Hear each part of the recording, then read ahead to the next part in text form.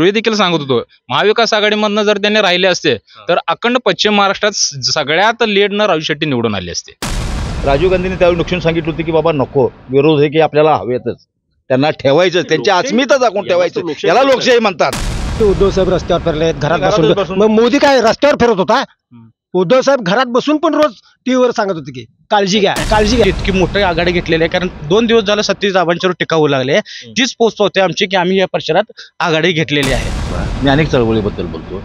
स्वतःचा दूध संघ आहे त्यांचा, गोकुळला कॉम्पिटिशन म्हणून काढला. मग गोकुळचं जर 58 रुपये जर लिटर दर असेल, तुम्हाला शेतकऱ्यांना 4 पैसे जास्त द्यायचे आहेत ना, मग 62 का नाही केला तुम्ही? तुमचं 56 रुपये 60 पैसे का? आणि फक्त मातोश्रीचा आदेश इथं मानला जातोय. आणि शेतकरी चळवळ खासदार झाल्यानंतर टिकते हे चुकीचं आहे, हे माझं स्पष्ट मत आहे वैयक्तिक. तिने शिवसेनेच्या ताटात हागून गद्दारी केली. ह्या गद्दारांना यावेळी आम्ही धडा शिकवणारच. शेतकऱ्यांचं हे जुळणे आहे ना, तुम्ही एक कारखाना उभा करा ना. तुम्ही 3500 मागते, तुम्ही 3500 द्या ना. इचलकरंजीत देखील काही संबंध नसणारे लोक, म्हणजे अगदीच आम्हाला वाटत नाही असे देखील सगळे लोक आबा आबा म्हणतात. असं वाटलं नव्हतं की हा माणूस इतका फास्ट लोकांच्या पर्यंत पोहोचेल. आणि त्याच्यानंतर त्याच कंपनीकडनं 350 कोटी रुपये फंड आल्यानंतर सगळ्यात जास्त गोमांस निर्यात झालं. हे कशामुळे झालं? मग इथं धर्म कुठे गेला? इथं धर्म कुठे गेला तुमचं? ते इथं हिंदुत्व कुठे गेलं तुमचं? भाजपनेच फंड घेतला, प्रश्नच नाही. एकच चेहरा. कसं आहे माहितीये का, चेहरा म्हणण्यापेक्षा रोगाला इलाज शोधायचा असतो, रोगाला पर्याय शोधायचा नसतो. तुम्हाला मुख्यमंत्र्यांनी राजीनामा देऊन वर्षापासूनचे मातोश्रीचा जो प्रवास होता तो अत्यंत वेदनादायक प्रवास होता. आणि त्या वेदनांची परतफेड विद्यमान खासदारांना करायला लागणार आहे. त्यांना संसदेपासून घरापर्यंतचा रस्ता हेच मातोश्री सैनिक दाखवणार आहे. भारत सरकार, मोदी सरकार कसं म्हणता तुम्ही? म्हणजे वैयक्तिक 42 पेक्षा अधिक सैनिक मारले गेले पुलवामा. तिथं RDX कुठून आहे? डिजिटल कोल्हापूरमध्ये आपलं सर्वांचं स्वागत. सध्या लोकसभेच्या धर्तीवरती ग्राउंड रिपोर्ट करण्यासाठी आपण गावोगावी फिरतोय. हातकर्णी मतदारसंघामध्ये जिथं सगळ्यात मोठी लढत चालू आहे, राज्याचं लक्ष लागून आहे, तिथं गावागावात काय चाललं हे जाणून घेण्यासाठी आपण प्रत्येक गावातनी तालुक्यातनी फिरलोय. शिरोळ तालुक्यामध्ये जिथं राजू शेट्टींचं एक प्रस्थ आहे फार मोठं, आणि इकडच्या भागामध्ये इथलं मताधिक्य कुणाकडे जास्त जाईल याचा एक अंदाज बांधला जातोय. परंतु इथल्या लोकांच्या मनात काय चाललंय, इथली लोक कुठनाच्या बाजूने विचार करतायत किंवा काय मत आहे त्यांचं, हे जाणून घेण्यासाठी आपण नांदणी या गावाकडे आलेलो. आज दिवसभर तसं बघायला गेलं तर वातावरण खूप तापलेलं होतं, सूर्य तळपत होता, उन्हाळ्याचे दिवस आहे, तसं प्रचाराचं पण इतकं तापलेलं नसेल एवढं वातावरण तापलं होतं. परंतु पावसानं सुरुवात केली आणि मस्तपैकी गारवा निर्माण झाला. लोकांना बोलायची एवढी हौस होती की एका ठिकाणी साईटला येऊन का असेना थांबून बोलायचंच हे ठरवलं, कारण अजूनही पाऊस पडतोय. माझ्या अंगावरती सध्या पाऊस पडतोय. पहिल्यांदा तुमचं सर्वांचं स्वागत आमच्या डिजिटल कोल्हापूरवरती. आणि मी पहिल्यांदा आभार या गोष्टीसाठी मानेन की आता पाऊस पडायला लागलाय. एवढा वेळ आपण पाऊस जायची वाट बघितली परंतु जात नाही, बारीक बारीक सुरू आहे, तरी आपण साईटला एका ठिकाणी थांबून काहीतरी मुद्दे मांडायचेच आहेत, बोलायचंच आहे, यासाठी आपण तयार झालात. त्याबद्दल मी पहिल्यांदा आभार मानतो. आणि तुमच्याकडे येतो. एकंदरीत आता लोकसभेची निवडणूक लागली. लोकसभेच्या निवडणुकीत वेगवेगळे मुद्दे घेऊन प्रत्येक जण राजकारणामधले आता नेते आपल्या इथे तर जवळजवळ 10-14 जण उभे आहेत. चौरंगी लढत जे मुख्य नेते आहेत त्यांच्यामध्ये होताना दिसते. वेगवेगळे नेते वेगवेगळे मुद्दे घेऊन तुमच्यापर्यंत येतील. परंतु तुम्ही सर्व अभ्यासू नागरिक आहात, मतदार आहात. प्रत्येकाच्या डोक्यामध्ये एक ठरलेलं आहे की बाबा का म्हणून आम्हाला मतदान करायचं आहे. दिवसभराचा कामाचा खोळंबा करून आपण ते बटन दाबायला जातो, तर आम्हाला माहिती आहे की येणाऱ्या 5 वर्षासाठी कोणता लोकप्रतिनिधी आमच्यासाठी चांगला असणार आहे. तर हे सगळं एकंदरीत तुम्ही ठरवलेलं आहात. तर काय वाटतं लोकसभेचं आणि इकडच्या भागामध्ये, कारण आम्ही आता शाहूवाडीकडे पन्हाळ्याकडे फिरलो, हा पट्टा झाला, वाळव्याकडे गेलो, या पट्ट्यामध्ये काय वाटतं एकंदरीत वातावरण? ह्या पट्ट्यामध्ये काय वाटण्यापेक्षा कसं आहे, माझं लोकांना फक्त एकच म्हणणं आहे की त्यांनी फक्त उमेदवार समोरून बघून त्या उमेदवाराचा अभ्यास करून जो आपल्याला उमेदवार चांगला वाटतो त्या व्यक्तीला, चांगल्या व्यक्तीला मतदान करायला पाहिजे, डोळसपणे मतदान करायला पाहिजे. कारण याच्या अगोदर त्यांनी आता मला वाटतं 20-25 वर्ष झालं प्रत्येकाने बघितलंय की बाबा आतापर्यंत आमच्या बाबतीत काय काय घडलंय. तुम्हाला सांगताना 5 वर्षाच्या अगोदर एक सांगितलं आणि 5 वर्षानंतर परत तुमच्याकडे तोंडच नाही इकडे परत. त्याच्यानंतर मग काय प्रत्येक वेळेला लोकांची फसवणूक, 1दा 2दा 3दा किती वेळा तुम्ही फसवणूक करून घेणार आहे. आणि आता सध्या जे भाजप सरकार सत्तेवर आहे, मूळ तुम्हाला सांगतो तो मूळ मुद्दा तुम्हाला जे 10 वर्ष झालं लोकांना सांगते की बाबा मी तुम्हाला हे करतो, असं करतो, विकास करतो, हे केलं, ते कुठं आहे तो पैसा, कुठे गेला सगळा, या कुठल्याही गोष्टीचा हिशोब नाही. आणि सगळ्यात महत्वाचं त्यांना आता काय वाटतंय, आम्हाला आता म्हणजे मगाशी एक ऐकलेली गोष्ट सांगतो तुम्हाला, फक्त मोदी साहेबांना पुन्हा एकदा पंतप्रधान करा, हे तिसऱ्यांदा परत मोदी साहेब थापा मारणार नाहीत. रामदास आठवलेंचं वाक्य आहे, पेपरला बातमी आली त्याची. म्हणजे हे 10 वर्ष तुम्ही लोकांना फसवलाच काय, तुम्ही बरं. म्हणजे आणि एवढं निरीक्षण हा हा करतो हा हा तुमचं. बरोबर. हा. म्हणजे मी वाचलेलं सांगायला लागलो, मी काय माझ्या मनातलं सांगत नाही तुम्हाला. रामदास आठवलेंचं म्हणणं काय आहे, आता जर तिसऱ्यांदा तुम्ही जर मोदींना पंतप्रधान केलात तर ह्या वेळेला मोदी तुम्हाला थापा मारणार नाहीत, तुमची कामच करतील. म्हणजे याच्या अगोदरची 10 वर्ष काय केली, लोकांना लोबाडला तुम्ही. त्यामुळे एकंदरीत रोष आहे तुमचा नाही रोज भाजपवरती. पहिल्यापासूनच आहे त्यांच्या, कारण कुठल्याही कृतीवर आणि त्यांच्या कुठल्याही वक्तव्यावर विश्वास नाही आमचा, हा. कधीच नव्हता. आणि आजपर्यंत तुम्हाला सांगतो, प्रत्येक लोकांच्या म्हणजे प्रत्येकाच्या घरात खिंडार पाडून त्यांनी आजपर्यंत त्यांचं म्हणजे काय पक्ष फोडाफोडीचं जे राजकारण प्रश्नच घडलंय, नाही हो, प्रश्नच नाही. त्यांनी घरं फोडली, पक्ष फोडले म्हणू नका, घरं फोडली लोकांची. ओके. एकाच घरातच 2-2, 3-3, हो, 4-4 हो. फाळण्या करून ठेवल्या त्यांनी. हो, हो, हो. आणि फक्त काय, तुम्हाला अमुक करतो, तुम्हाला अमुक करतो, तुम्हाला इकडे नेतो, तुम्हाला तिकडे नेतो, हे तुमच्या 4-5 मुद्द्यावर बहुतांश फक्त. ठिकाणी बऱ्यापैकी गावांच्यात फिरताना मला हा एक रोष जाणवला की जे फोडाफोडीचं राजकारण आहे ना, याला खूप लोक कंटाळतात. तुम्हाला राजकारण करायचं आहे ना, काँग्रेसनं 70 वर्ष राजकारण केलं. 1988 मध्ये राजीव गांधींचे 410 खासदार निवडून आले होते. हा. 410. हा. आणि त्यावेळेस भाजपचे फक्त 2च खासदार होते. हा. त्यावेळेला त्यांच्या सहकार्याने सांगितलं होतं राजीव गांधींना हा. की बाबा नको, हे आहे इथं थांबवा, म्हणजे परत वाढायला नको. राजीव गांधींनी त्यावेळी नुकसान सांगितलं होतं की बाबा नको, विरोध हे की आपल्याला हवेतच, त्यांना ठेवायचं, त्यांची लोकशाही- अस्मिता जागून यालाच ठेवायचं, लोकशाही याला म्हणतात. लोकशाही म्हणतात. आणि आज तुम्हाला काय आहे, प्रत्येक ठिकाणी फक्त तुम्ही पाहिजे. तुम्ही म्हणजे काय, तुम्ही म्हणजे काय, RSS आता त्यांचं संविधान रचून तयार आहे सगळं, हे बहुतांश लोकांना माहिती नसेल. बारीक सारीक वाचन केल्यानंतर लक्षात येते की RSSने त्यांचं स्वतःचं संविधान तयार करून ठेवलेलं आहे. त्यांनी हे बाबासाहेबांचं संविधान मोडायचं आणि ते संविधान तिथं आणून बसवायचं. संघटनेशी वगैरे जुळलेले आहात की काय? नाही, संघटनेशी वैयक्तिक वगैरे नाही. असं काय? नाही काहीच नसतंय माझं कधी. काय वाटतंय लोकसभेबद्दल एकंदरीत? काय होईल तुमच्या मतदारसंघामध्ये, हातकर्ण्यामध्ये? आमच्या मतदारसंघामध्ये म्हणजे मुळात या आघाडीचं तिकीट वाटपाचं बऱ्याच अंशी लोंबकळत पडलं तर काही गोष्टी चालू होत्या, पण त्याला काय यश मिळालं नाही. त्यानंतर उद्धव साहेबांनी एक निष्ठावंत मातोश्रीचा शिवसैनिक आणि निष्कलंक, चारित्र्य संपन्न आणि कामाचा माणूस म्हणून सत्यजित आबांचं उमेदवारी काढली. आणि ज्या दिवशी सत्यजित पाटलांची उमेदवारी काढली त्या दिवसापासून आम्ही लोकांच्यातनं एकच गोष्ट ऐकतोय, जिकडं बघील तिकडं आबा. लोकांची त्या माणसाबद्दल काय प्रतिक्रिया आहे किंवा त्या माणसाकडे बघण्याचा दृष्टिकोन एवढा मोठा आहे, प्लस पॉईंटमध्ये आहे. तुमच्या इकडे शिरोळ तालुक्यात हो, सगळीकडे. मी शाहूवाडीपासून आज शिरोळपर्यंत सगळीकडे हर एक माणसं इथं म्हणजे येतात जातात. शिवसैनिक दिसताय, कारण हा शब्द बऱ्यापैकी गद्दार आणि इतर शब्द तीव्रतेने तेच वापरतात. आणि हे आता जे केंद्रात राज्यात जे सरकार आहे, एक नंबरचं लबाड सरकार. उद्धव साहेबांचं आणि बाळासाहेबांचं 80% समाजकारण, 20% राजकारण होतं, पण यांचं नेमकं उलट आहे. भाजपचं लबाड ढोंगी सगळे आश्वासनं द्यायचे आणि सामान्य माणसाला देशोधडीचं लावायचं काम चालू आहे भाजप सरकारचं. आणि राज्यात सगळ्या जाती धर्मात तेढ निर्माण करायचं आणि आपला पक्ष कसा मोठा होईल. यांचा पक्ष तर मोठा झालाच नाही, एवढं महाराष्ट्रात भानगडी करून अजून सुद्धा यांनी महाविकास आघाडीशी स्पर्धाच करू शकत नाहीत. आज हे सगळे एक्झिट पोल बघितले तर ह्यांच्या विरोधात दिसतात आणि म्हणून यांना आयात करायला लागतात माणसं दुसऱ्या पक्षातली. नाही, तुमचा मुद्दा हा जरी मांडला तरी एकंदरीत मग आतापर्यंत शिवसेना, उद्धव ठाकरेंची शिवसेना महायुती बरोबर होती, भाजप बरोबर एवढ्या वर्ष सत्तेत होती, मग त्यावेळी हे सगळं वाईट वाटत नव्हतं का त्यांना? कुणाला? आता जो मुद्दा तुम्ही बोललात की भाजपचं इतर राजकारण, बरोबर की ज्यावेळी दुसऱ्यांदा राज्यात सत्तेवर आली शिवसेना आणि भाजप, त्यांना शिवसेनेच्या वाट्याला 5 मंत्रिपदं दिली आणि 5 मंत्रिपदं दिली, पण 5 वर्षे त्यांना कॅबिनेटमध्ये कुठल्याही विश्वासाच्या मिटिंगमध्ये किंवा ह्याच्यात कुठलंच स्थान दिलं, दुय्यम स्थान दिलं. आणि दुसरी गोष्ट, उद्धव साहेबांना जी गोष्ट खटकली, ज्या मातोश्रीवरती अमित शहाने येऊन बोललं होतं, सत्तेत 50% वाटा, मुख्य वाटा, आणि त्याचा तो वाटा त्याने ठरलेलं होतं, पण उद्धव साहेबांनी खोटं ठरवलं. आणि ते खोटं ठरवलं नसून खरं होतं हे परवा संजय शेट्टारांनी, एकनाथ शिंदेच्या आमदारांनी संजय शेट्टारांनी मान्य केलं की असं ठरलं होतं उद्धव साहेबांच्या समोर. खोटं बोलले आणि उद्धव साहेबांना खोटं ठरवण्याचा प्रयत्न केला, म्हणून महाविकास आघाडी जन्माला आली. तो एक शिवसैनिकांच्यात रोष आहे की उद्धव साहेबांच्या वरती झाला अन्याय आणि वरती आणि हे एक खोटं ठरवलं गेलं, तो एक राग राहणं साहजिकच. आणि दुसरा मुद्दा, एक तुम्हाला सांगतो, गृह मंत्रालयातली कागदपत्र जळतात. याचा अर्थ काय?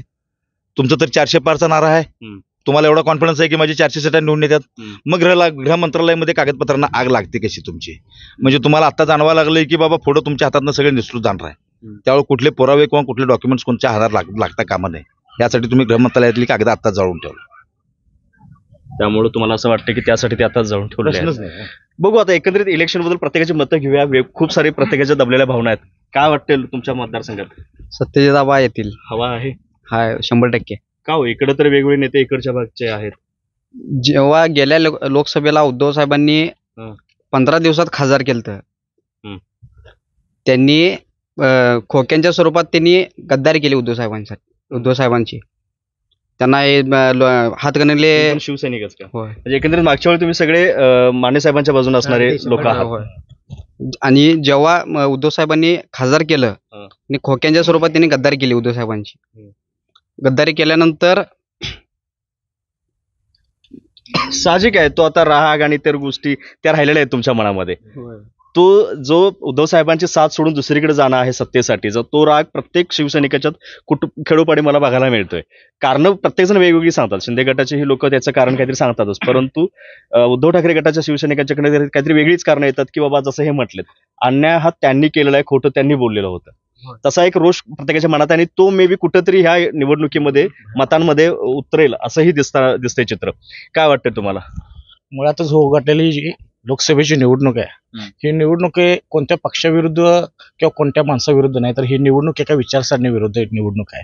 गेली 15-10 वर्ष झाले आपण बघतोय की देश हुकुमशाहीकडे वाटचाल करत आहे. काँग्रेसच्या काळात असं नव्हतं. काँग्रेसने कधीच गरिबाच्या ताटात माती कालवलं नाही, परंतु हे भाजप सरकार जे जुल्म फेकतात, भाजप सरकार जे खोटं आश्वासनं देतात त्याने ह्या देशातील गरिबांना, ह्या दलितांना, ह्या आदिवासींना रसातळाला नेलेला आहे. म्हणून म्हणतोय की शाहू महाराजांची भूमी आहे ही पुरोगामी विचारांची भूमी आहे आणि ही कोणत्या पक्षाविरोधात नसून एक विचारसरणी सनातनी विचारसरणीच्या विरोधात आहे. आणि शाहू महाराजांच्या भूमीतील पुरोगामी कार्यकर्ते कधीच भाजप सारख्या आणि शिंदे गटासारख्या कोणत्याच माणसाला खासदारपदी निवडून देणार नाहीत. कारण आम्हाला लोकशाही हवी आहे, आम्हाला हुकुमशाही नको. आता सध्या स्थितीत हातकणंगले लोकसभा मतदारसंघात आपण बघत आहात. कारण उद्धव साहेबांना जी सहानुभूती निर्माण झाली, उद्धव साहेबांच्या आता त्यांनी हात सोडला. उद्धव साहेबांना आता त्याने रस्ता न्यायला काय बघत आहेत, तर उद्धव साहेबांनी लोकशाहीकडे, उद्धव साहेबांनी सनातनाच्या विरोधात पुरोगामित्वाची कास धरली म्हणूनच उद्धव साहेबांना आता त्यांनी रस्ता नेत बघत असेल. परंतु त्यांचं हे स्वप्न कधीही पूर्ण होणार नाही. उद्धव बाळासाहेब ठाकरे यांच्या उमेदवाराच्या पाठीमागं काँग्रेस पक्ष, राष्ट्रवादी काँग्रेस, शरद पवार गट आणि येथील तमाम पुरोगामी जनता त्यांच्या पाठीशी खंबीरपणे उभे आहे आणि येणाऱ्या निवडणुकीत सत्यजित आबा पाटील हे विक्रमी मताने विजयी होतील. या कारणाच्यामुळे सत्यजित आबांच्या पाठीमागे तुम्ही सगळे आहात. हे सगळे बऱ्यापैकी एकाच बाजूला शिवसैनिकांसारखं बोलता, एकाच पक्षाचे आहात का? नाही वेगवेगळ्या पक्षांचे? कसं आहे, आम्ही तिन्ही जरी एकत्र असलो तरी ते तिघांचे गुणधर्म आमच्यात उतरले. शिवसेनेचे पण उतरले, वेगवेगळ्या गटांचे वेगवेगळ्या पक्षांचे. एक गाव पण एकच आहे का वेगवेगळे गाव आहेत? गाव नांदणीच. माझं नांदणी, याचं नांदणी, याचं नांदणी. हा नैसर्गिकच गुणधर्म आहे तसा बघायला गेलं तर. कारण अन्यायग्रस्ताच्या बाजूने उभं राहणे ह्याच पुरोगामी विचारांची कास आहे आणि हेच आम्हाला शाहू महाराजांनी शिकवलेलं आहे. रात्रीतून पक्ष बदलणे, स्वतःची खुर्ची राखणे, स्वतःची घरांशाही राखणे. तुम्ही जो बोललात ना, संवेदनशील विचार मॅक्झिमम खेड्यापाड्यातील लोक जास्त करतात. कारण मी कोल्हापूर मतदारसंघात ग्राउंड रिपोर्ट घेण्यासाठी ज्यावेळी फिरतोय ना, मला एका धनगर काकाने फार छान याचं उत्तर दिलेलं. मी त्यांना म्हटलं, काका ही वरचे नेते लोक करोडत खेळत असतात, त्यांना त्यांचे पक्ष आले का नाही गेले का, मोठी लोक आहेत, यांच्याबद्दल आपण कशाला एवढं पोटतिरीने हे करायचं? तर ते म्हटले तसं नाही पत्रकार साहेब, म्हटले आमच्या गावात समजा मी घर बांधलं आणि भावकीतला येऊन कोणतरी राहायला लागला, त्याला अडचण आहे म्हणून आम्ही राहायला दिले आणि नंतर मलाच घरातून बाहेर काढलं, घर नावावर करून घेतलं, काय होईल त्याचं? त्या लोकांनी त्या भावनिकतेने ती घेतली गोष्ट. एवढे संवेदनशील लोक ती रात्री 2 वाजेपर्यंत लोकांनी टीव्ही बघायचं थांबवलं नव्हतं. उद्धव साहेब घरापर्यंत जाऊसपर्यंत ते त्यांच्या हृदयातला क्षण अजून ते घालवू शकत नाहीत. वर्षा सोडतानाच तुम्हाला सांगायला लागलोय मी, त्यावेळेला प्रत्येक घरात लोकांच्या डोळ्यातनं पाणी आलं होतं. हे लोक कधीच विसरणार नाहीत. मला आठवतो तो क्षण. 100% मी स्वतः 2:15 वाजता टीव्ही बंद केलेला माणूस आहे मी. लोकांच्या काम करण्यासाठी त्यांनी पद सोडलं, पदावर लात मारले त्यांनी एका सेकंदात. वर्षाच निवासस्थान सोडलं त्या वर्षी अक्षरशः उद्धव साहेबांना घराकडे जायला 4 तास लागले. कारण लोक आडवं पडत होते. आडवं पडत होते आणि लोक सगळी भाऊक झालते.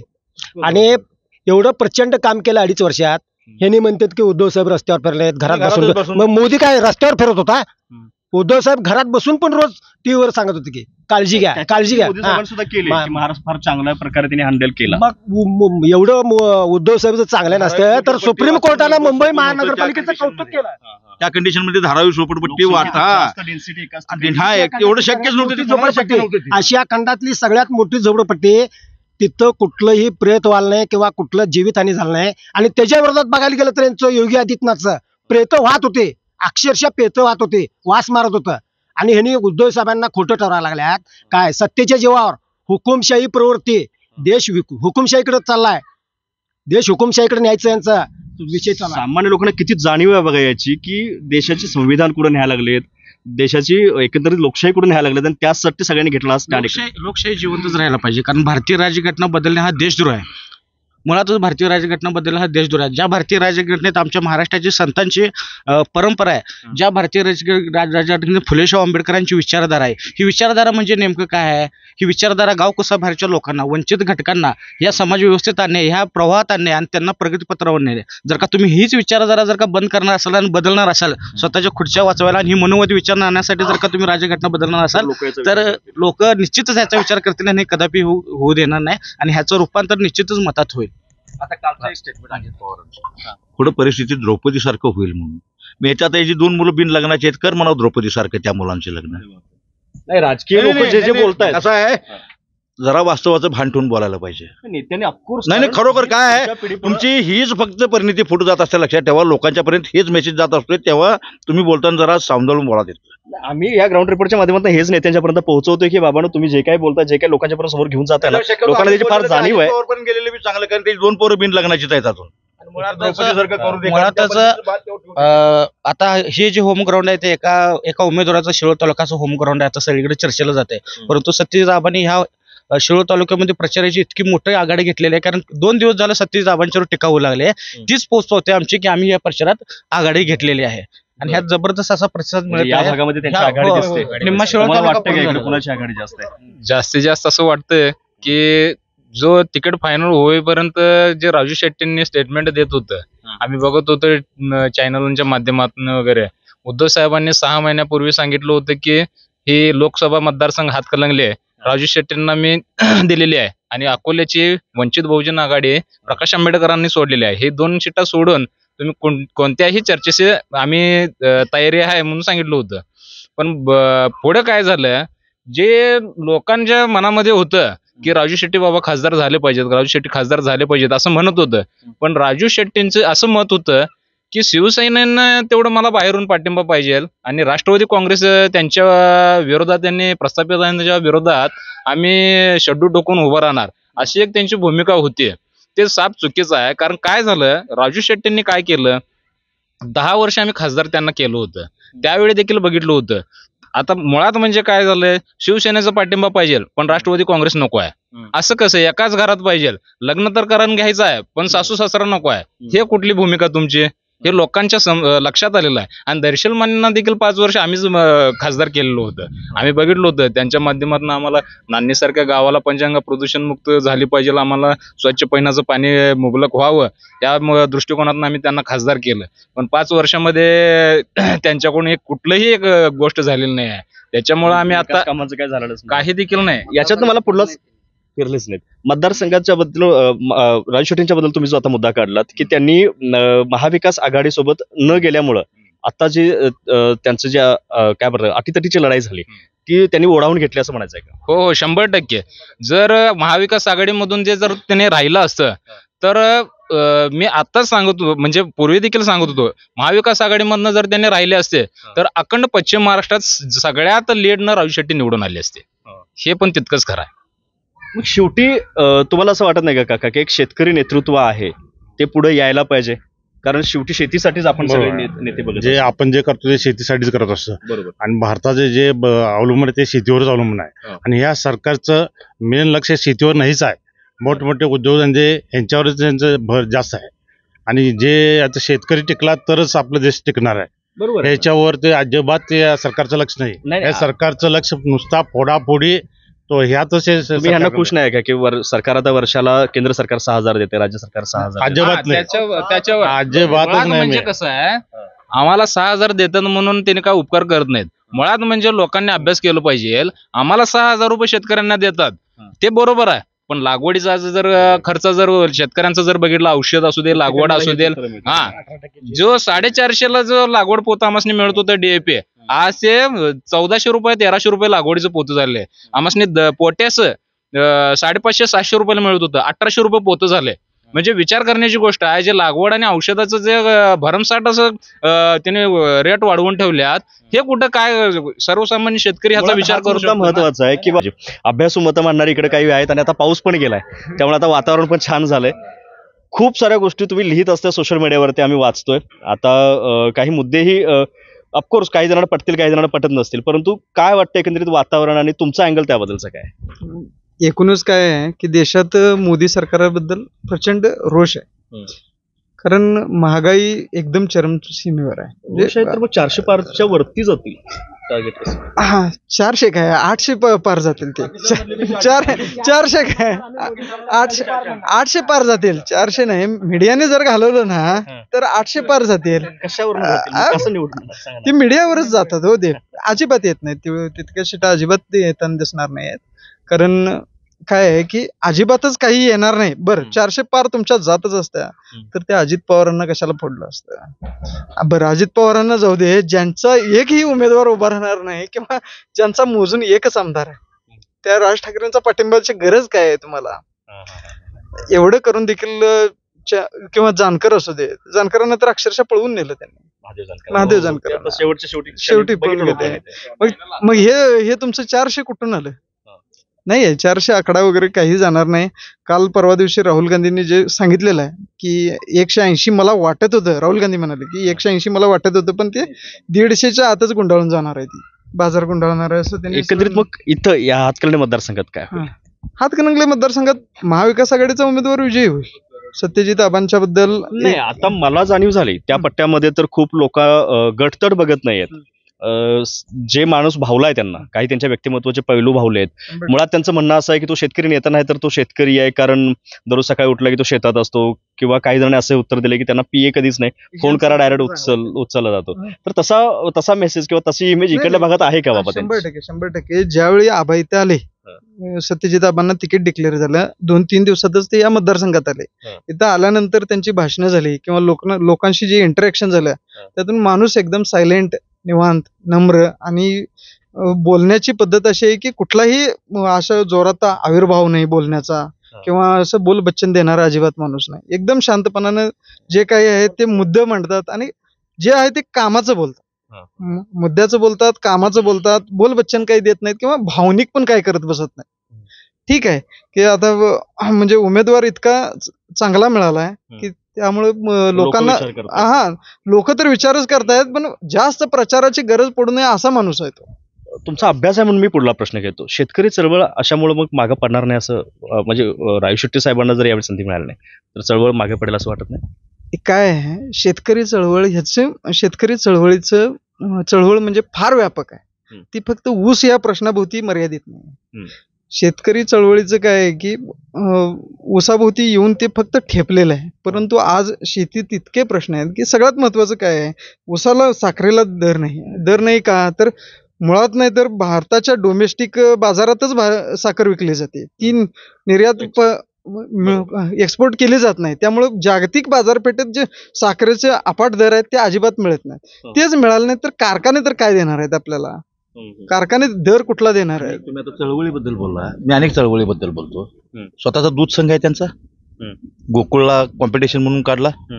मग गोकुळचं जर 58 रुपये जर लिटर दर असेल, तुम्हाला शेतकऱ्यांना 4 पैसे जास्तच द्यायचे आहेत ना, मग 62 का नाही केला तुम्ही? तुमचं 56 रुपये 60 पैसे का दुधाचा दर? गोकुळ 58 देते, तुम्ही 56 रुपये 58 पैसे का देताय? ह्याची कारण आहेत तुमच्याकडे? बरं, एखादं तुमच्याकडे एवढं शेतकऱ्यांचं हे जुळणे आहे ना, तुम्ही एक कारखाना उभा करा ना. तुम्ही 3500 मागते, तुम्ही 3500 द्या ना. एक ही शेतकरी दुसरीकडे ऊस देणार नाही, सगळा ऊस तुमच्याकडे येईल. शेतकरी चळवळ खासदार झाल्यानंतर टिकते हे चुकीचं आहे. हे माझं स्पष्ट मत आहे वैयक्तिक. बाकी कोणाला काय समजून घ्यायचं ते त्यांचं त्यांनी बघू दे. चळवळ ही रस्त्यावरच व्हायला पाहिजे आणि रस्त्यावरची चळवळ टिकते, लक्षात ठेवायचं कधी पण. त्याला जर पाठीमागे जर राजकीय पार्श्वभूमी जर लागली तर तुमची चळवळ फार दिवसाची नाही, ती वळवळ राहत्या, लक्षात ठेवायचं. बोला.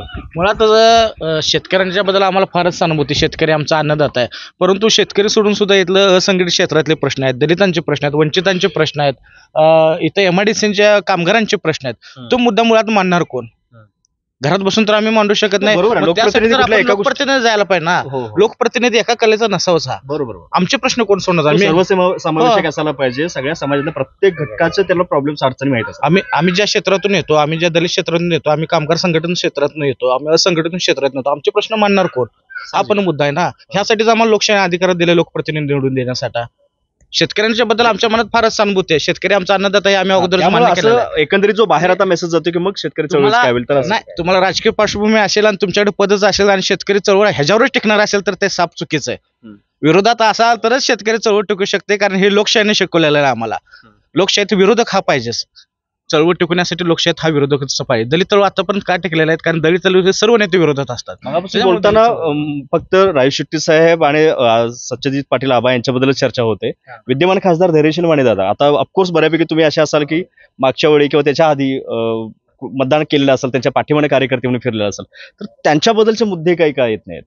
कारण शेवटी धैर्यशील माने दादा फार गोड बोलणारा माणूस, गोड बोलून कधी तुमच्या खिशातील पेन काढून येईल हे सुद्धा तुम्हाला कळणार नाही. आणि त्यांनी 5 वर्षे आतापर्यंत हेच केलेलं आहे. फक्त गोड बोलून लोकांची मतं लुटून नेलेत. त्यांनी कधी या महापुरात कधी इकडे फिरकलेले नाहीत. कोरोनाच्या काळात त्यांनी कधी फिरकलेले नाहीत. त्यांचा लोकांचा संपर्क कधी कुठं काय घडा लागले, काय व्हायला लागले ह्यांना काही सुद्धा त्यांचं ध्यान नाही आहे त्यांना. त्याच्यामुळं ह्या वेळेला तर धैर्यशील मानेंना नो एंट्री असणार आहे. मतांच्या रूपात तर नो एंट्री असणारच आहे. परंतु बोलणारा फार गोड माणूस, फक्त काम करणारा माणूस पाहिजे, गोड बोलणारा माणूस आम्हाला नको आहे. शेवटी राज्य सरकार मुख्यमंत्र्यांपासून सगळ्यांनी इकडे जोर लावलेला आहे, शिंदे सरकारपासून सगळ्यांनी, तर इकडे त्याचा परिणाम काहीतरी मतदारसंघावरती होऊन पुन्हा ते खासदार होऊ शकतील, काय वाटतं? नाही होत, अजिबात होत नाही. 2-2-3-3 दिवस मुख्यमंत्र्यांना इथं कोल्हापूर जिल्ह्यात राहावं का लागलं? तो मुन्ना खासदार जर धैर्यशील माने झाले असते, होणार असते किंवा त्यांनी म्हणत असतील तर 2-2-3-3 दिवस मुख्यमंत्र्यांना कोल्हापूर जिल्ह्यात दौरा ठाण मारून बसावं का लागतंय? हे पराभवाचं सगळ्यात कारण मोठं त्यांचं. आणि ज्या निष्ठावंत शिवसैनिकांनी 1 रुपये न खाता स्वतःच पैसे खर्च करून त्यांना जीवाचं रान करून इथं बाळासाहेबांची एक अपेक्षा होती कोल्हापूर जिल्ह्यातले दोन्ही खासदार शिवसेने व्हावेत. बाळासाहेबांच्या नंतर ते 2 खासदार झाले, पण ह्यांनी शिवसेनेच्या ताटात हागून गद्दारी केली. ह्या गद्दारांना यावेळी आम्ही धडा शिकवणारच. बोला काय 10 मिनिटापाठीमध्ये तुम्हाला एक फक्त सत्य सांगतो, त्या दोन्ही सीटा म्हणजे पूर्णपणे धोक्यात असल्यामुळं 2 किंवा 4 दिवसात आता मोदींच्या सभेचं नियोजन होऊन राहतो कोल्हापूरमध्ये. आणि जे आपला हातकणंगले लोकसभा मतदारसंघ ती तीव्रता तिथपर्यंत पोहोचते तुमची. म्हणजे तुमचा ग्राउंड रिपोर्ट तुम्हाला सांगतोय की बाबा इथं काय तर आहे, म्हणजे इथं असं व्हायला लागले. म्हणजे हे तुमचे 2 उमेदवार पडणार ते फिक्स आहेत. मुळात म्हणजे आता अभ्यासकांना सगळ्यांनाच माहिती आहे की ही निवडणूक विधानसभेसारखी जिल्हा परिषद सारखी नाहीये. लोकसभेची लोक आता बऱ्यापैकी निवडणूक लोकांनीच तुम्हाला धडा शिकवणार आहे, तर लोकच तुम्हाला सांगतील की बाबा खरं काय आहे ते. हातकणंगले तालुक्यात एक चित्र बघायला मिळालं. कोल्हापूर हातकणंगले मतदारसंघामध्ये सगळी नेते एकीकडे आणि जनता एकीकडं, आणि असं तसं आता दिसायला लागलंय. हातकणंगले तालुक्यात सुद्धा तसंच दिसायला लागलंय. नाही, जनता अशी एकत्र येऊ शकते, कारण कसं आहे की शेवटी प्रत्येक वेळी जनता कोणाचं तरी ऐकत असते, कोणतरी लोकल नेता असतो त्याच्या पाठीमागे फिरते, किंवा त्याचं काहीतरी प्रेशर असतं डेअरी आणि सोसायटीमधून त्यांच्या ह्याच्यात हात अडकून असतात, त्यामुळे मतं होत नाहीत असंही होतं. तर जसं आता हे म्हटलेत, नाही ह्यात कसं आहे, एक तर तिथं तुम्ही ईव्हीएम वरती जाऊन कोणाचं बटन दाबणार आहे हे तुमच्या नेत्याला माहिती आहे का? नाही ना, त्यांनी स्वतः ठरवलं. हा, लोकांनी लोकांचं ज्यावेळी उत्स्फूर्तपणानं येतं ना, त्यावेळी कुणीही रोखू शकत नाही. कारण काय झालंय की ह्याच्यात बऱ्याच खासदारांना असंच एकतर्फी मतदान झालेलं आहे यापूर्वी. म्हणजे धैर्यशील माने असतील, राजू शेट्टी असतील, ह्या सगळ्यांना सगळ्या भागातून मतदान झालेलं आहे यापूर्वी.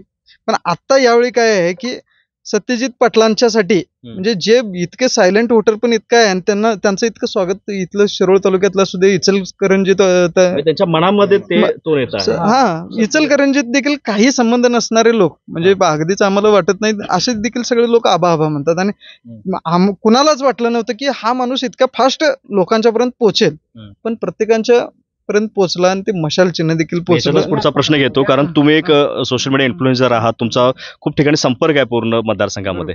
एकंदरीत वातावरण इकडच्या पट्ट्यामध्ये काय वाटतंय? कसं आहे, इथं शिरोळ तालुक्यात चांगलं लीड आबांना मिळेल. कारण काय आहे की 2 गट एकत्र काम करतायत, 3 गट, काँग्रेस, राष्ट्रवादी आणि उल्हासदादा, हे तिन्ही पक्षाची इथं मत आहे. इचलकरंजी हातकणंगले तिकडं हा नाही, इचलकरंजीत देखील करतच आहेत. राष्ट्रवादीचे आता ते परवा एक जांभळे म्हणून होते, ते नगरसेवक वारले, किंवा ते तेलनाडे आहेत, ते काँग्रेसचे, मदन कारंडे आहेत, ते स्वामी आहेत, सागर चाळके आहेत. तर बरंच चांगलं वातावरण इचलकरंजीत सुद्धा दिसतंय. आणि इथं माणूस इतका फास्ट लोकांच्या पर्यंत पोहोचेल, पण प्रत्येकांच्या पर्यंत पोहोचला आणि ते मशाल चिन्ह देखील पोहोचलं. पुढचा प्रश्न घेतो, कारण तुम्ही एक सोशल मीडिया इन्फ्लुएन्सर आहात, तुमचा खूप ठिकाणी संपर्क आहे पूर्ण मतदारसंघामध्ये. एकंदरीत वातावरण इकडच्या पट्ट्यामध्ये काय वाटतंय? कसं आहे इथं शिरोळ तालुक्यात चांगलं लीड आबांना मिळेल. कारण काय आहे की 2 गट एकत्र काम करत आहेत. 3 गट, काँग्रेस, राष्ट्रवादी आणि उल्हासदादा. हे तिन्ही पक्षाची इथं मत आहे. इचलकरंजी हातकणंगले तिकडं हा नाही इचलकरंजी देखील करताच आहेत. राष्ट्रवादीचे आता ते परवा एक जांभळे म्हणून होते, ते नगरसेवक वारले. किंवा ते तेलनाडे आहेत, ते काँग्रेसचे. मदन कारंडे आहेत, ते स्वामी आहेत, सागर चाळके आहेत. तर बरंच चांगलं वातावरण इचलकरंजीत सुद्धा दिसतंय. आणि इथं सगळ्यात महत्वाचं काय आहे की शिरोळ तालुक्यात काँग्रेस, राष्ट्रवादी आणि शिवसेना, तर इथं बघाल तर तिन्ही पक्षाचे कार्यकर्ते. पण कुठलाही मतभेद नाही. का मतभेद नाही? ते एरवी म्हणजे गेल्या वेळी आम्ही शिवसेनेविरोधात लढलोय ना. गेल्या वेळी शिवसेनेच्या विरोधात लढलंय. राजू शेट्टींना त्यावेळी महाविकास आघाडीत होते ना, ते महाआघाडी होती त्यावेळी फक्तच. त्यावेळी राजू शेट्टींना मतदान केलंय लोकांनी. आणि तीच लोक आज विरोधात असल्यावर एकत्र आले. मला शिवसैनिकांना हा प्रश्न विचारायचा आहे की आज जो धनुष्यबाण जी शिवसेना यांच्याकडे गेली, शिंदे साहेबांच्याकडे गेली, ती शिवसेना तुम्हाला आता वाटत नाही का आपलीशी? कारण तो धनुष्यबाण शिवसेना आपलीशी वाटत नाही. ती जी शिंदेची आहे ती डुप्लिकेट शिवसेना आहे. आणि त्याच्यामध्ये काय झालेलं आहे, शिवसेना आणि फक्त आमदार वगैरेच त्यातून फुटून गेलेले आहेत. जे मूळ शिवसैनिक होता तो ज्याच्या ठिकाणी तो आहे त्या ठिकाणी. आणि ठाकरे जे आहेत, शिवसेना म्हणजे ठाकरे आणि ठाकरे म्हणजे शिवसेना, असं जे गणित आहे तेच राहणार. शिंदे वगैरे कोण हे राजकारणाच्या पटलावर दिसणार पण नाहीत 2024 नंतर. अशी परिस्थिती आहे. विधानसभेला मग काय होईल? विधानसभेला शिंदे राजकीय पटलावर सुद्धा दिसणार नाहीत आणि ठाकरे एक हाती पुन्हा मुख्यमंत्री होतील. आणि जे महाविकास आघाडी आहे, सगळे जे साथ देत आहेत महाविकास आघाडी, शरद पवार साहेब, राहुल गांधी साहेब, यांच्या मार्गदर्शनाखाली सगळे शिवसैनिक त्यांच्याबरोबर राहणार आणि महाविकास आघाडीची सत्ता महाराष्ट्र. विधानसभेचं हे प्रेडिक्शन केलं. यांनी मगाशी लोकसभेबद्दल म्हटलं की केंद्रात सुद्धा असा बदल होईल. तर मग होईल असं एकंदरीत. मग हे वातावरण फक्त जनसामान्यांच्यात जो रोष आहे किंवा ज्यांनी जे ठरवलंय त्या मतानुसार तुम्ही घेताय. परंतु एकत्रित नेते, वरचे नेते ज्यांनी आता भाजपकडे किंवा महायुतीकडे उडी मारलेली आहे, त्यांच्या गटांची आकडेवारी, इतर मीडियानं त्याच्यावरती ठरवलेला पोल, ह्याच्यावरनं तर सगळं असं आकडे वेगळेच दिसत आहेत. जसं आता कोल्हापूरचं आकडेवारी होती की तिथं मल्लिक साहेब विनिंग मध्ये दाखवले गेले. तसं होणार नाही. मीडिया आहे. मला जरा एक सांगा, NDTV सारखं एखादं प्रामाणिक चॅनल सांगा मला फक्त. कोणच? ते बी विकलं, ते बी अदानीनं विकत घेतलं. अदानीनं ते विकत घेतलं. म्हणजे त्यांना काय आहे, फक्त आमचाच उदो करणारे फक्त चॅनल पाहिजेत. बाकीच्या कुठल्याही चॅनलशी त्यांना काहीही देणं घेणं नाही. आणि प्रामाणिकपणा एक तुम्हाला सांगतो, ह्याच्या अगोदर लोक आवडीनं न्यूज बघायचे किंवा पेपर वाचायचे, त्या लोकांना त्यात देखील इंटरेस्ट नाही. लोकशाही काय नाहीच त्यांच्यात. एक देखील त्यांनी लोकशाहीने एक न्यूज त्यांच्या विरोधात दिली, त्यामुळे ते लोकशाही नाही चॅनलवरच बंदी परत. काय आहे मग 70 वर्षात असं काँग्रेसला किती रोषाला सामोरं जावं लागलं? त्या बातम्या असतील किंवा चुकीचे किंवा रिपोर्ट असतील. 400 पार आहे ना. नाही हे 400 पार आहे ना, हे सर्वसामान्य लोकांच्या पायात फक्त साप सोडण्यासाठी उठलेला आकडा आहे. 400 कसे येणार त्यांनी एकदा म्हणजे कॅल्क्युलेट करून सांगू देत ना त्यांनी. आता मागच्या वेळी त्यांच्या युपी मध्ये माझ्या मते काय तर 68 सीटा काय तर निवडून आल्या होत्या त्यांच्या, 68 किंवा 70. यावेळेला आहेत काय तेवढं? त्यांच्या कॉन्फिडन्स आहेत त्यांच्याजवळ तेवढं नाही आहे. कर्नाटकात आहे. असंही काही जणांना उत्तर दिलं होतं की निवडणुका अशा कधी एवढ्या टप्प्यात झाल्या नव्हत्या. महाराष्ट्रात 5 टप्प्यामध्ये निवडणूक होण्याचं कारण. मी तुम्हाला अनेक प्रश्न विचारतो साधा. युपी मध्ये 80 लोकसभा मतदारसंघ आहेत, तिथे एका टप्प्यात मतदान होते. जम्मू काश्मीरमध्ये 2च लोकसभेचे मतदारसंघ आहेत, तिथं 2 टप्प्यात इलेक्शन. महाराष्ट्रात 48 जागा आहेत. 48 जास्त काय 80 जास्त, इथं 5 टप्प्यात म्हणे. कशाबद्दल तुम्हाला काय वाटतं? हे एकंदरीत काय, फक्त पहिल्या 2-3 फेरीमधला त्यांचा जायजा घ्यायचा आणि त्या पद्धतीने पुढे आपल्याला काय कुठला अपप्रचार करायला लागतोय ते बघायचं आणि ते ठरवून पुढच्या सीटा वाढवून घ्यायच्या आपल्या. म्हणजे हे भाजप किंवा महायुतीने ठरवून केलेलं असं म्हणायचं. इलेक्शन कमिशनचा नियम नाही. मध्ये 80 जागासाठी तुमच्याकडे तेवढं मॅन पॉवर तिथे मिळते तुम्हाला, आणि महाराष्ट्रामध्ये 48 जागासाठी मिळत नाही, किंवा जम्मू काश्मीरमध्ये 2 जागेसाठी मिळत नाही. तिथं 2 टप्प्यात इलेक्शन घेताय तुम्ही. म्हणजे तुम्ही एक सर्वसाधारण एक अभ्यास करून मला उत्तर द्या नाही. आम्ही तुम्हाला उलटा प्रश्न विचारतो. हा मुद्दा पत्रकार म्हणून मी इथं उत्तर देणार नाही, परंतु खरंच सगळ्यांना एक लक्षात ठेवायची गोष्ट आहे, ध्यानात घेण्याची गोष्ट आहे नेत्यांपासून सगळ्यांनी, की सामान्य नागरिक असे समजतायत की अडाणी नाहीयेत, ते समजूतदार आहेत. मीडियातलं जे जे काय दाखवतात त्याच्यातनं काय बोध घ्यायचा आहे. कालचं रामदास आठवल्यांचं तुम्हाला वाक्य सांगतोय ना मी. यावेळेला फक्त तिसऱ्यांदा मोदी साहेबांना संधी द्या, ते इथनं पुढे थापा मारणार नाहीत. म्हणजे याच्या अगोदरच्या 10 वर्ष त्यांनी काची केली काय? म्हणजे 10 वर्ष थापाच मारला म्हणजे तुम्ही सिद्ध करताय, प्रूव्ह करताय तुम्ही स्वतःला की बाबा आम्ही थापाच मारले 10 वर्ष. आणि खरोखर थापा व्यतिरिक्त तुम्ही काय आहे सांगा ना, काय आहे दुसरं काय दिसतंय? आता तुम्हाला 5 वर्ष फुकट राशन म्हणा, फुकट राशन यांच्या घरातलं द्यायला लागल्यात, यांच्या घरातलं द्यायला लागल्यात. काय अन्न सुरक्षा योजना अन्न सुरक्षा योजना ह्याच्या अगोदर बंद का केली? मग तुम्ही ते 12 नंबर आकडे काढा, ते असं रेशन कार्ड करा, तसं करा. त्यावेळेमध्ये ते मध्यंतरी 2 वर्ष लोकं अन्न सुरक्षा योजना ही ज्यावेळी काँग्रेस UPA 2 म्हणजे संयुक्त पुरोगामी आघाडी ज्यावेळी सत्तेत होती त्यावेळी हा देश आत्मनिर्भर झाला. कशाच्या बाबतीत? अन्नधान्य उत्पादनाच्या बाबतीत. त्याला बाबतीत त्याला कारणीभूत शरद पवार आहे, 100% शरद पवार आहे. हे त्याचा परिणाम आहे. त्याच्या अगोदर तुम्हाला सगळ्या गोष्टी आयात करून घ्याव्या लागत होत्या. ही सत्यता आत्मनिर्भर झाल्यानंतरच ते अन्न सुरक्षा योजना 100% आम्हाला त्यांनी काम केलं म्हणून आठवतं तर शरद पवारांचं नाव. आताचा कृषी मंत्री कोण कोणाला पण वगैरे आठवणार नाही. कृषी मंत्री कोण आहे, क्रीडा मंत्री कोण आहे हे बोलायचं नाही. तिथं फक्त दोघेच बोलायचं, एक अमित शहा, एक नरेंद्र मोदी. बाकी ह्याच्या पलीकडे तुमचा एक महत्वाचं काय आहे, भाजपनं कुठले मुद्दे घेतले, त्यांच्याकडे मुद्दे काय आहेत प्रचारासाठी हे आम्हाला पण माहित नाही. म्हणजे काय केलंय त्यांनी. आता ते काही लोक म्हणजे त्यांचे लोक म्हणतात राष्ट्रीय सुरक्षा घेऊन. अरे राष्ट्रीय सुरक्षा तिकडे मणिपूर जळते ना, मणिपूर जळते, तिथं बायकांची नग्न धिंड काढली जाते, मारलं जाते. एकमेक तुमच्या घरातलं नाही तर नीट नाही आणि तू काय सीमा सुरक्षा करणार आहेस. आणि सगळ्यात महत्वाचं अजून सुद्धा त्यांनी हे सांगितलं नाही की ज्यात 42 पेक्षा अधिक सैनिक मारले गेले पुलवामा, तिथं RDX कुठून आलं? 500. त्याच्यावरती खूप जणांनी चौकशीची मागणी केली. चौकशीची मागणी काय आहे? कसलीच मागणी तुम्ही म्हणताय ते आता तुम्ही राम मंदिरचं काय म्हटलं? काय राम मंदिराचा परिणाम लोकसभेवर एकंदरीत काय होईल? मला जरा सांगा. राम मंदिर ज्यावेळेला पूर्ण होणार होतं किंवा त्याची ज्यावेळेला प्रतिष्ठापना करायची होती, 22 जानेवारी. आपल्या भारत देशामध्ये 4 महंत आहेत. 4 महंत म्हणजे गुरु शंकराचार्य, आदि शंकराचार्य, 4 पीठांचे शंकराचार्य. त्या 4ही लोकांचं म्हणणं एकच होतं की रामाची प्रतिष्ठापना करायची असेल तर रामनवमी सारखा दुसरा मुहूर्त नाही. आणि जे आता तुम्ही जे करायला लागलाय हे मुळातच तुमच्या कुठल्या विधीला धरून बसत नाही, तेव्हा हे करू नका. फक्त आचारसंहिता लागायच्या अगोदर यांचं प्रोपोगंडा जास्त सगळीकडे पसरावं, लोकांच्या समोर यांनी दिसावं की आम्ही राम मंदिर केलं, रामाची प्रतिष्ठापना केलं. ह्याच्यासाठी हे त्यांचं सगळं फक्त धावपळ चालू होतं आणि त्यांनी त्या महंतांना डावलून रामनवमीच्या अगोदरच त्यांनी ते प्राणप्रतिष्ठापना करून म्हणजे मूळ हिंदुत्वाच्या विचारधारेला मूळ डावलून. हिंदू तर नाही तो यांनी, मूळ पाकिस्तानीच यांनी. मला खरं सांगायचं काय, हे मूळ पाकिस्तानीची. हो पाकिस्तानची बिर्याणी खायला चालते तुम्हाला तिथं जाऊन. आणि आम्ही इथं काय तर मुसलमानांना मला वाटतं इकडे प्रचारला जर आलेत ना नेते तर मग त्यांना धारेवरच धरतील. राम मंदिराचा मुद्दाच निकाली निघाला या निवडणुकीत. लोकसभेच्या निवडणुकीत राम मंदिरचा मुद्दा किंवा 370चा कलम आहे याचा विषयच नाही आहे. गेल्या वेळी काय तर करून आपल्या सैनिक हेनीच मारून सर्जिकल स्ट्राईक केला, त्याच्यावर त्यांनी सत्ता घेतली. पण ह्यावेळी वेगळा आहे. जनमानसात भाजपवाल्यांनी काय म्हणत होते, ज्या वेळेस बाबरी मशीद पाडली, ज्या वेळेस त्यांची चौकशी चालू झाली, त्यावेळी हे भाजपवाले कुठे गेले होते? आम्ही नाही, आम्ही बाबरी मशीद पाडली नाही. आडवाणी देखील म्हणाले आम्ही काही नाही म्हणून, आणि हे शिवसैनिकांनी पाडलेत असं त्यांनी आरोप करायला लागले. त्यावेळेस बाळासाहेबांनी म्हटले की जर माझे शिवसैनिकांनी पाडले असतील तर त्याला मला सार्थ अभिमान आहे म्हटले. त्यावेळी तुम्ही कुठे गेला होता हो? आणि आता राम मंदिर आम्ही पाडलं, राम मंदिर बाबरी मशीद आम्ही पाडलं, राम मंदिर आम्ही बांधलं म्हणून तुम्ही वावा करत फिरायला लागलायसा.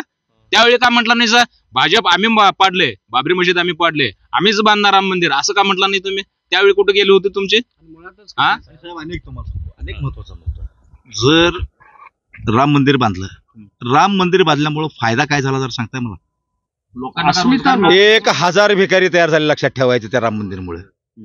जर तुम्ही एक कॉलेज आता प्रत्येक कुठं जिनिवामध्ये काय कुठं तर त्याचं काय तर ते प्रेस कॉन्फरन्स होतं, सांगितलं 1 तास दररोज 1 महिन्याला एक आमच्याकडे एम्स उघडायला आहेत. 10 वर्षात 10 एम्स झालेत आपल्यात. झाले काय? मल्टीनॅशनल हॉस्पिटल बांधले म्हणे, कमीत कमी 100. तुम्हाला काही त्याच्या सुविधा भेटल्या का नाही? कुठं सुविधा भेटायला बांधायला तर पाहिजे की काय तर. कुठं काय विकासाच्या मुद्द्यावर चर्चा करायची म्हटले तर भाजपच्या घराच्या बाहेर सुद्धा येणार नाहीत.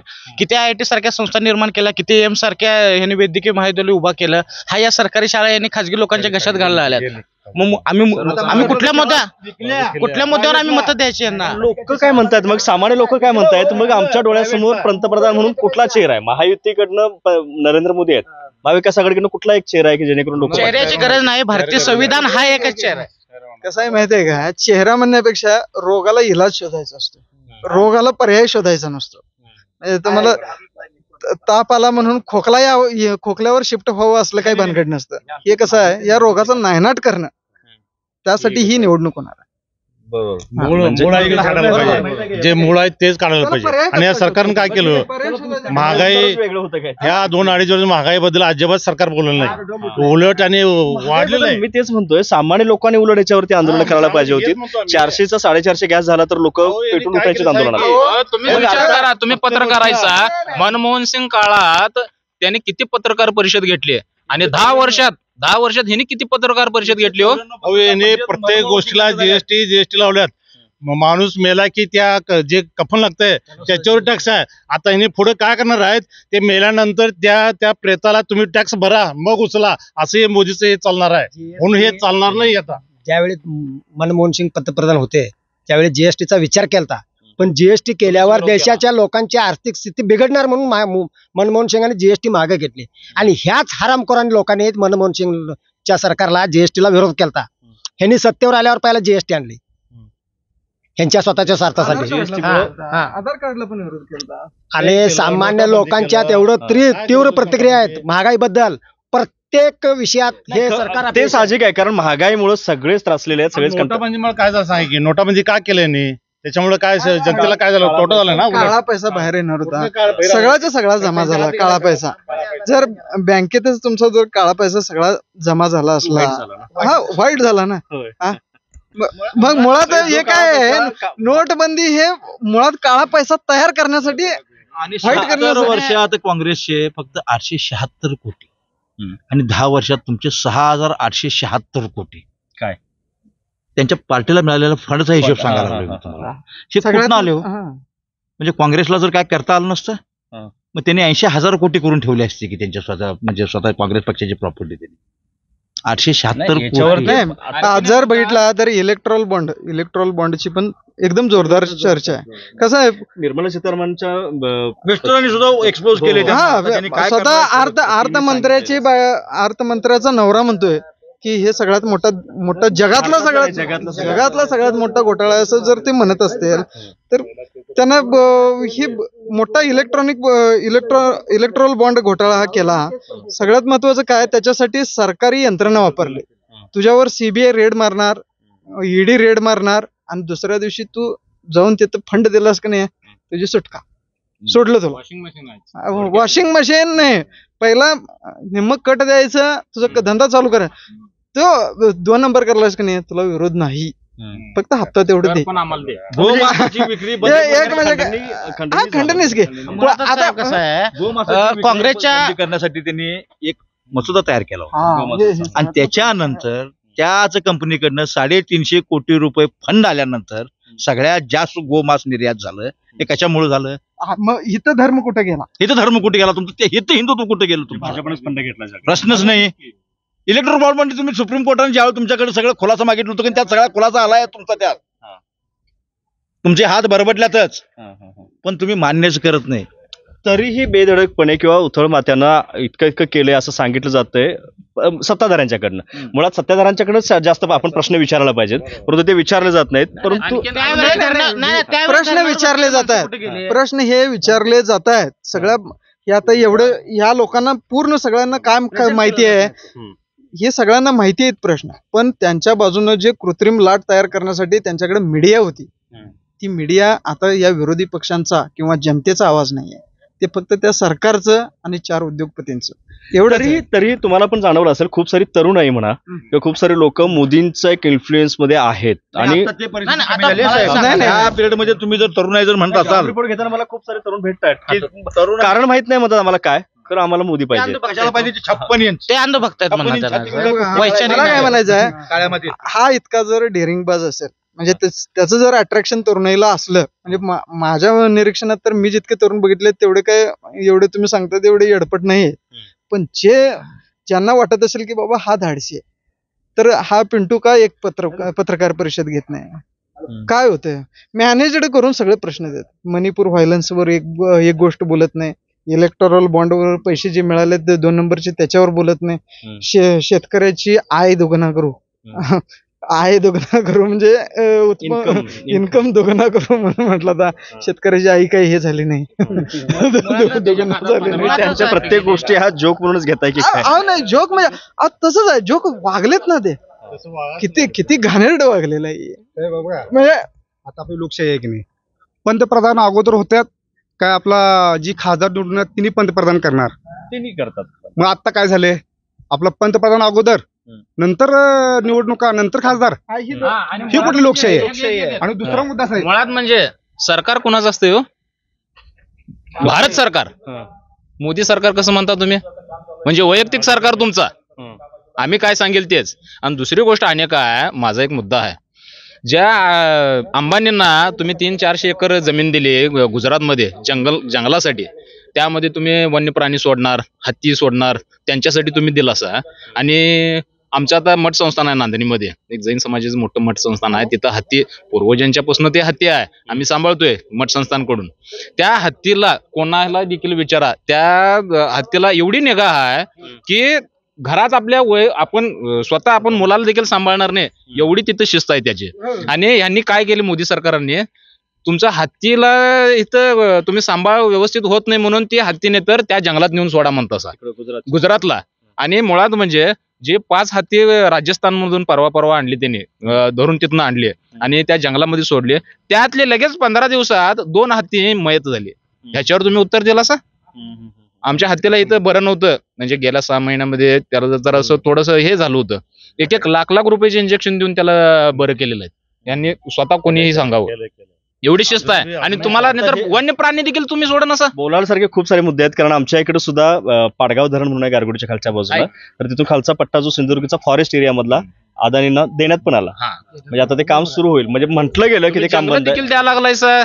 कुणाला शेतकऱ्यांनी काय जगू खूप द्यायचं? जण असंही कारण देतात की नाही, व्यवसाय वृद्धीसाठी किंवा इकडे व्यवसाय आले तर आपल्याच पोराबाळांना नोकऱ्या मिळणार आहेत, असंही लोक म्हणतात आणि आनंद म्हणतात की बाबा बरं आहे, दिलं इकडे कंपन्या उभा राहतील. 10 वर्षात तुम्ही पूरग्रस्तांचा प्रश्न सोडवू शकला नाही. 10 वर्षात तुम्ही सत्तेत होता, इथे एक उद्योग उभा करू शकला नाही. आणि तुम्ही मगाशी म्हटल्याप्रमाणे जो मोदी सरकारचा जो आक्रोश आहे तो दिसत का नाही? कारण मोदी सरकारचा आक्रोश व्यक्त करायला ह्या तरुणाला स्टेजच नाहीये, ह्या तरुणाला मीडियाच नाही. ज्या काँग्रेसच्या सरकारमध्ये ज्यावेळी अनुसूचित कुठली पण अनुचित घटना घडली, त्यावेळी बाबा रामदेव सारखे, अण्णाजे सारखे त्यांची माणसं स्टेजवर लगेच जाऊन जंतर मंतरवर धरणे देत होते.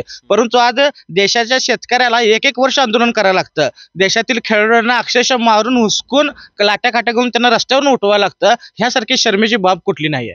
मग ह्यालाच देशद्रोह म्हणायचं असतं? हेच तुमचं हिंदुत्व आहे का? हेच तुमची देशभक्ती आहे का? तुम्ही काय म्हणला, राम मंदिरचा विषय, आपल्या महामहिम राष्ट्रपती तिथे होत्या काय? एवढा मोठा कार्यक्रम झाला, राष्ट्रपती त्या कार्यक्रमाला पाहिजे होत्या का नाही? पाहिजे होतं, म्हणजे राष्ट्रीय कार्यक्रम होता. लक्षात घ्या. दुसरा मुद्दा काय म्हणला तुम्ही, आता लोक म्हणतात की बाबा सत्यजित बाबा आपल्या इथं ओळखीचे नाहीत. 15 दिवसात धैर्यशील दादा खासदार झाले. आता तरी आम्हाला भरपूर वेळ आहे, आम्ही दादांना आपल्या त्याच्यात उतरू, आपल्या सगळ्या लोकांच्या मनात उतरू, तिथं मशाल प्रत्येकाच्या घरी पोचवू आणि दादांना साहेबांना खासदार केल्याशिवाय सोडणार नाही. आणि फक्त मातोश्रीचा आदेश इथं मानला जातोय. आणि सगळी आपली ह्याची असू दे, राष्ट्रवादी असू दे, परत काँग्रेस असू दे, सर्वजण मिळून आबांना 100% खासदार करणार. ही ओळख नाही, काय नाही, प्रत्येकाची ओळख प्रेड होते. 15 दिवसात ज्यावेळी धैर्यशील माने खासदार होतात त्यावेळी तर आपल्याला भरपूर वेळ आहे. सत्यजित आबा खासदार होणार. त्याच्या अगोदर तुम्हाला हातकणंगले तालुक्यातले उमेदवार असत होते, त्यावेळेला 30 वर्ष त्या लोकांनी तुमची ओळख नसताना तुम्हाला निवडून दिलं. 100%. त्या पद्धतीनं आम्ही जर त्यांना ह्या वेळेला जर निवडून दिलं तर चुकीचं काय असणार आहे? आम्हाला ओळखीची गरज नाही, आम्हाला फक्त प्रामाणिक, इमानदार आणि निष्ठावानच माणूस पाहिजे. आणि मुळातच शेवटी एक नीतीचा खेळ असतो साहेब. मुख्यमंत्री राजीनामा देऊन वर्षापासून जे मातोश्रीचा प्रवास होता तो अत्यंत वेदनादायक प्रवास होता. आणि त्या वेदनांची परतफेड विद्यमान खासदारांना करायला लागणार आहे. त्यांना संसदेपासून घरापर्यंतचा रस्ता हेच मातोश्री सैनिक दाखवणार आहे. बघू आता, शेवटी या लोकांच्या तीव्र भावना आहेत. निवडणुका आहेत, निवडणुकात नेमके काय होईल असं सांगता येत नाही. लोकांच्या जरी भावना असल्या तरी एकदा निवडणुकीत निकाल वेगळे दिसतात. बघू, शेवटी आता निवडणुका काय लांब राहिलेल्या नाहीयेत, आजपासून सुरुवात झालेलीच आहे मतांना. लोक या उमेदवाराकडे काय तर देतील, अपेक्षा करतील, पण आमची अपेक्षा काय नाही. एक निष्ठावंत, निष्कलंक, चारित्र्य संपन्न आणि खरोखर लोकसभेच्या खासदारकीला साजेसा माणूस उद्धव साहेबांनी दिलाय. त्यामुळे आम्हाला कुठल्याही प्रकारची अपेक्षा नाही. फक्त सत्यजित पाटील सरोडकर खासदार होऊन संसदेत आमचं शाहूवाडी सारख्या दुर्गम भागातनं खासदार जावा आणि त्या लोकांना पण न्याय मिळावा म्हणून उद्धव साहेबांनी सत्यजित आबांची उमेदवारी दिलेली आहे. एकंदरीत महाविकास आघाडीच का, असं एकंदरीत या चर्चेचं आपल्याला हे सार काढता येईल. 100%. महाविकास आघाडी म्हणण्यापेक्षा, महाविकास आघाडी म्हणण्यापेक्षा काय आहे की इतर भाजपला पर्याय आहे ना, तो का होऊ शकतो. कारण राहुल गांधींनी जे न्याय योजना आणल्या त्यात त्यामध्ये सगळ्यात महत्वाची एक घोषणा आहे की कर्जमाफी शेतकऱ्यांची करणार. कर्जमाफी करणार, सिलेंडर गॅस 450 रुपयांनी महिलांना देणार. ज्या गरीब अबला घटक महिला आहेत त्यांना वार्षिक 1 लाख रुपये महिन्याला काहीतरी 8,500ची अमाऊंट आहे ती देणार. आणि ह्या घोषणा काही फसव्या नाहीये. काँग्रेसकडे काय आहे की 8वी नापास किंवा फर्जी डिग्रीवाले लोक नाही, तिथे चांगले अर्थतज्ञ आहेत, चांगली लोक आहेत. कर्नाटकमध्ये इम्प्लिमेंट झालं जागे हा, महिलांसाठी 100% कर्नाटकमध्ये केलंय ते, त्याला वर्ष. पण एकूण काँग्रेसकडे फार चांगली लोक आहेत, अर्थशास्त्रज्ञ आहेत, तंत्रज्ञान क्षेत्रातले चांगली लोक आहेत आणि त्यांच्याकडे एक बुद्धिमंतांचा साठा आहे. ते 100% ह्या योजना पूर्णपणे पोचवू शकतील आणि शेतकरी असतील किंवा महिला असतील किंवा एकदम सगळ्या गरीब आणि मध्यमवर्गीय घटकावर जो काही अन्याय झालेला आहे 10 वर्षात त्याची एक भरपाई होईल. म्हणून या इंडिया आघाडी, महाविकास आघाडी यांच्या उमेदवाराच्या मागे राहणं हे सर्वसामान्य माणसांचं काम. शेवटी हे प्रचाराचा भाग आहे आणि नेते किंवा आघाडी, महाविकास आघाडी तो मुद्दा घेऊन कुठपर्यंत लोकांच्या पर्यंत जाते त्याच्यावरती शेवटी यश अवलंबून आहे. जातील लोक जातील. आणि लोकांना काय आहे की आता सध्या तुम्ही म्हणताय ना, मीडिया जरी आंधळी झालेली असली तरी तुमच्यासारखे जे रस्त्यावरती फिरून पत्रकारिता करणारे आहेत, ग्राउंड रिपोर्ट घेणारे आहेत, यांच्या माध्यमातून लोक मोबाईलमध्ये स्वतः शोधत आहेत. एक मला जाणीव झाली, मात्र लोकांचा खूप अभ्यास आहे. गावोगावी म्हणत जरी असलो ना, माहित नाही त्यांना सगळं माहित आहे.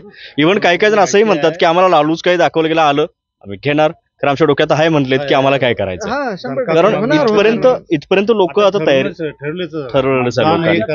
थोडक्यात काय, मुंह में राम आणि बगल में चुरी, हेच दुसरं काम काय त्यांचं नाही.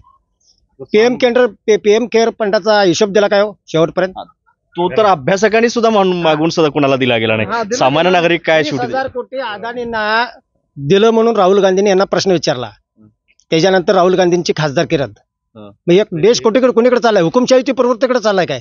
प्रश्न विचारला किंवा जरा विरोध केला तर लगेच येऊन जातं. आणि जे.पी. नड्डा सारखा माणूस म्हणतोय 6 महिन्याच्या आधी आमच्या देशात भाजप एकच पक्ष राहिला. कुठल्या RSSच्या नेत्याचं स्वातंत्र्य लढ्यात सहभाग आहे हो? एखादं नाव दाखवा आम्हाला. RSSच्या कुठल्या माणसाचं स्वातंत्र्य लढ्यात किंवा महाराष्ट्राचं जे काही मुंबईचं आंदोलन झालं त्यात प्रबोधनकर ठाकरे सगळ्यात अग्रभागी होते. बाळासाहेबांना तुरुंगवास सोसावा लागला. त्यात कुठलाही एखादा RSS माणसाचं नाव दाखवा तुम्ही. लोकांना इथला एवढा अभ्यास कसा काय? चळवळीतले आहेत काय? चळवळीतलं म्हणण्यापेक्षा काय, भाजपची कृपा आहे. भाजपमुळे लोकांनी शोधलं सगळ्या लोकांनी शोधलं. ज्यांच्या मुख्यालयावर अजून आजपर्यंत तिरंगा फडकला नव्हता, तिरंगा फडकला नव्हता, त्यांनी आम्हाला देशभक्ती शिकवू नये. देशभक्ती इथल्या भूमिपुत्रांच्या अंगांगात आहे. त्यामुळे आम्ही फसव्या देशभक्तीला कधीच फसणार नाही आणि ह्या वेळेला इंडिया आघाडीचं सरकार येणार आणि ह्यालाच देशभक्ती म्हणणार आहे. बघू आता एकंदरीत तुमचे विचार तर फार तीव्रतेने आता इकडे प्रचाराला आल्यानंतर तुम्ही कसे रिस्पॉन्ड करताय? 5 जूनला राज्याभिषेक कोल्हापूर जिल्ह्यातला दोन्ही महाविकास आघाडीच्या निवडून आल्यावर राज्याभिषेक साजरा होणार. आपला 6 जूनचा राज्याभिषेक रायगडावरती वेगळ्याच ह्याच्यात होईल. बघू शेवटी एकंदरीत निवडणुकीत काय होईल. खूप खूप तुमचे पुन्हा एकदा मी आभार मानतो. माहिती एकांगी मिळाली परंतु डीप आणि कारण मिळाली. कारण मीमांसा झाली की का हे असं का आणि हे असं काय काय घडलं होतं. हे आता कारण घेऊन मनात घेऊन बसतात. 7 तारखेला जाऊन डायरेक्ट मतदान पेटीवर दाखवणार सगळे बदा ही एकच वेळ असते 5 वर्ष देणं. इथं एका बटनामध्ये आपला रोष. लोक वाट बघत आहेत. पश्चिम महाराष्ट्रात सगळीकडे लोक वाट बघायला लागलेत. पूर्ण देशभर काय झालं माहिती का साहेब, जर अजित पवार जर बाहेर गेले नसते तर एवढी तीव्रता आली नसती. पण अजित पवारनं शिंदेच्या पाठीमागे जाऊन जी सगळ्यात मोठी चूक केली ना, हे लोकांना दाखवून दिले की इथं आमचं कोण नाही, आपल्यालाच प्रामाणिक राहायला लागणार आहे. त्यामुळे प्रत्येक सामान्य लोकांनी हे ठरवलं की ते आपण आता इलेक्शन आपण हातात घ्यायचे आणि त्या पद्धतीने त्या लोकांनी ह्या वेळेला इलेक्शन हातात घेतलं. त्यामुळं आम्हाला तर इकडे पश्चिम महाराष्ट्रात म्हणा कुठल्याच बाबतीत आम्हाला काळजी करायची काय गरज.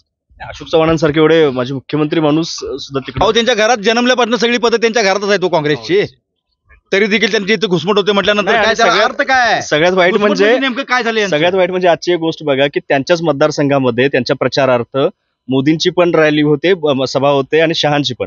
शहा जिथं सभा घेतात तिथं मोदी कधी घेत नाहीत, 2 वेगवेगळ्या ठिकाणी घेत असतात. परंतु एकाच मतदारसंघात त्यांना एवढ्या तीव्रतेने घ्यायची घाबरलंय. सभेला तिथं लोकच नव्हती. तुमच्या खरं सांगायचं म्हणजे लोक नाही तिथं. कारण मागच्या वेळी तर तिथं भाजपचा खासदार निवडून आला होता.